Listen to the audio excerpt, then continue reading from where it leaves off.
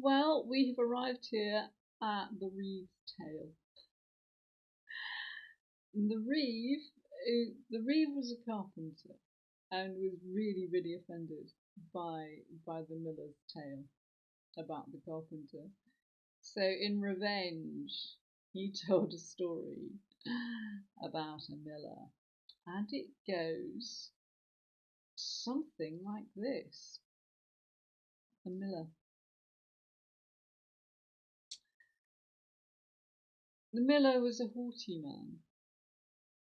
He had married above his station. He had married a woman who claimed to be of noble birth, for her father was a parson, but she herself was brought up in a nunnery. The miller always went well armed. He always carried a Sheffield knife. If anyone knows what a Sheffield knife is, can they tell me in the comments? I just assume that's something very sharp. And he was known to not be completely honest with the amount of wheat that he ground and the amount of wheat that he gave to the people that he ground their wheat into flour. Now the miller and his wife had a lovely daughter, a daughter of some 20 years, a lovely lass. They also had a son, a mere babe in arms who was but 6 months old and was still in a cradle. Now, the university at Cambridge had some wheat that they needed to be ground into flour, and they sent 2 clerks, John and Alan, on a horse over to the mill to have the wheat ground into flour. Now the miller didn't like the university very much and decided that this would be an ideal opportunity to play a little trick on the 2 clerks.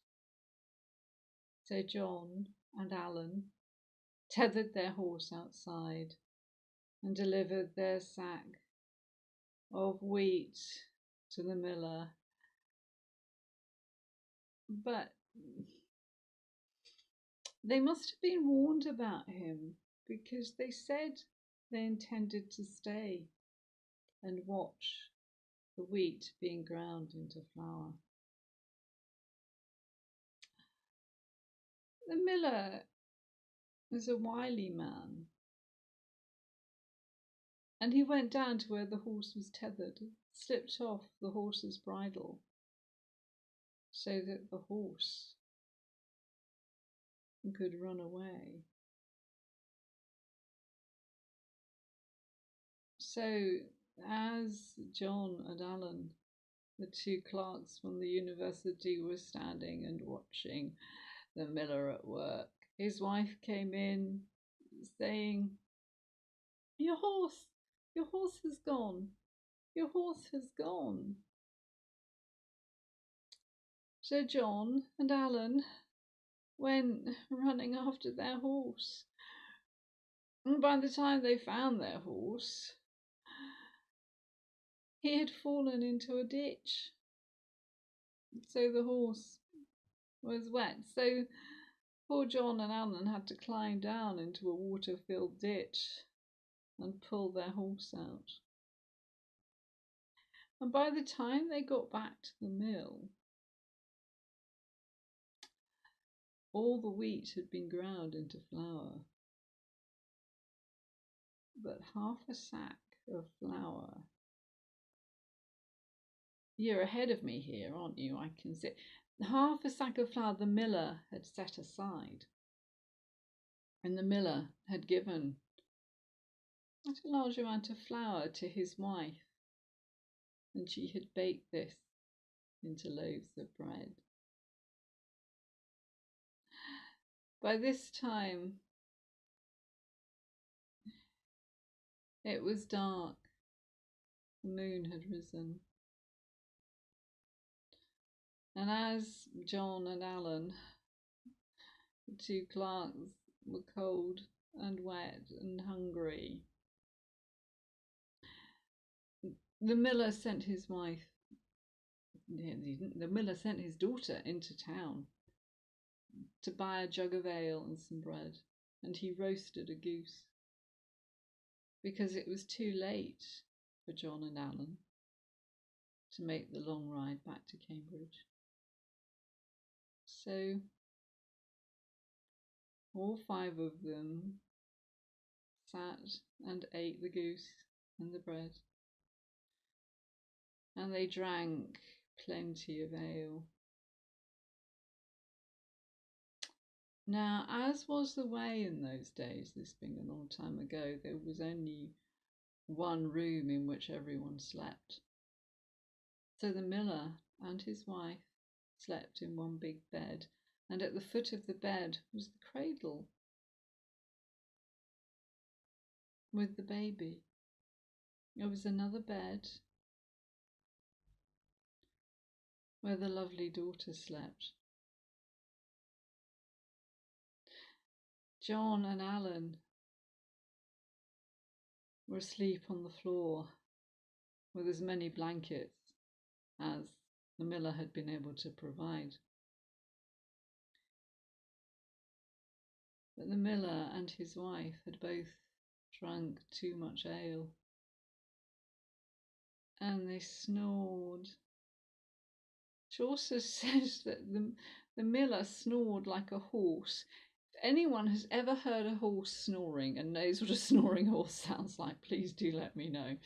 I can only assume that he means the miller snored very loudly, and his wife provided the bass note for this, and the daughter was snoring away. So the only person who was asleep in the room was the baby son, as John and Alan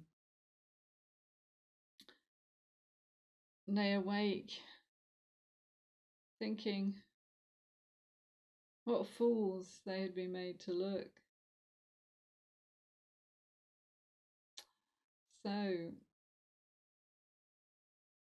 late at night, the wife climbed out of bed to go and answer a call of nature, and John thought, this is my chance.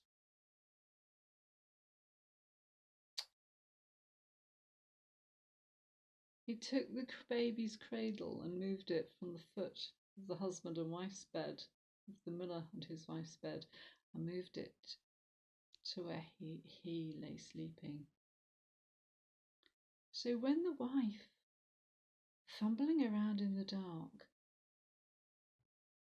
could only find her bed by finding her baby's cradle, and she found her baby's cradle at the foot of John the clerk's bed, and climbed into bed with John. And there she fell into his arms. So I think we can leave the two of them.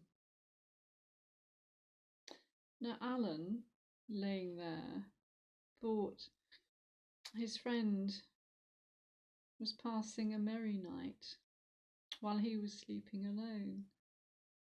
So he slipped out of bed and climbed into the bed of the daughter, where Chaucer assures us he was warmly welcomed.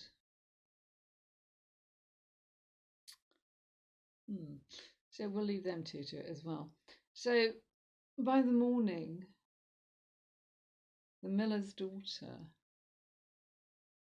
said to Alan, by the back door of the mill, there are some loaves of bread which my mother made with the wheat, the flour my father stole from you. So by the morning, John and Alan could take their sacks of flour and the loaves of bread that the miller's wife had made, load them onto their horse,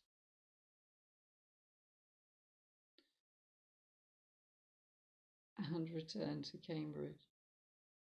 And of course, not only had they eaten a fine roast goose at the miller's expense, they had also had a merry time with the miller's wife and the miller's daughter. So thus the Reeve assures us our tricksters tricked.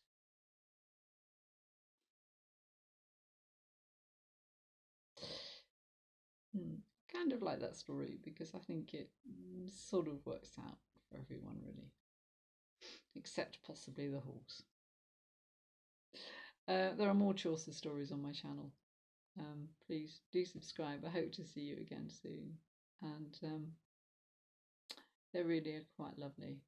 So do enjoy.